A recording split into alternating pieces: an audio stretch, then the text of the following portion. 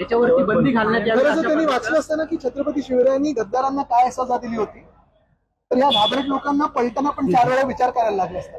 आणि दुसरी गोष्ट म्हणजे मला वाटतं थोडं त्यांनी जरा डोकं टाळ्यावर ठेवून आता अवतीभोवती काय चाललंय, देशात काय परिस्थिती आहे, राज्यात काय परिस्थिती आहे, बेरोजगारी किती वाढलेली आहे, किती तरुण तरुणी आज रस्त्यावर आहेत, त्यांना रोजगार शोधतात पण रोजगार सापडत नाहीये. ह्याच सरकारमुळे रुपयाची काय परिस्थिती झालेली आहे, ह्याच सरकारमुळे कामगारांची काय परिस्थिती झालेली, ह्याच सरकारमुळे शहरं काय हालत आहेत, पाण्याची कमतरता जाणवतच आहे, सगळीकडे पाण्याची कट लागलेली आहे. आपण बघतोय सगळे रेस्टॉरंट्समध्ये एक तर रेस्टॉरंट बंद होत आहेत किंवा इंडक्शनवर चाललेलं आहे.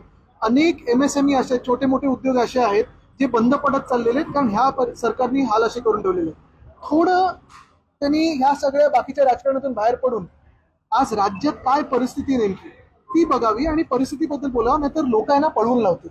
आदित्य ठाकरे बोलतात की आमदार संजय गायकवाड यांनी शिवरायांचं पुस्तक वाचायला पाहिजे.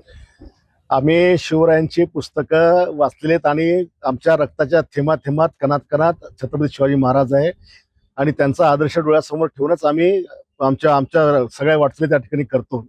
पण तुम्ही ज्या काँग्रेस आणि जी काँग्रेस मुघलांच्या आणि निजामांच्या विचाराने चालते त्यांच्यासोबत तुम्ही हातमिळवणी केली, त्यांच्यासोबत तुम्ही गेले, तुम्ही शिवरायांच्याच नाही बाळासाहेबांच्या विचाराला तिरंजी दिली. तुम्ही आम्हाला काही शिकवण्याची आवश्यकता नाहीये. मुघलांसोबत आणि आदिलशाह सोबत ज्यांनी संधान साधलं त्या विचाराच्या काँग्रेस सोबत तुम्ही गेल्यामुळं आम्हाला शिवराय शिकवण्याची कोणी आम्हाला आवश्यकता नाहीये.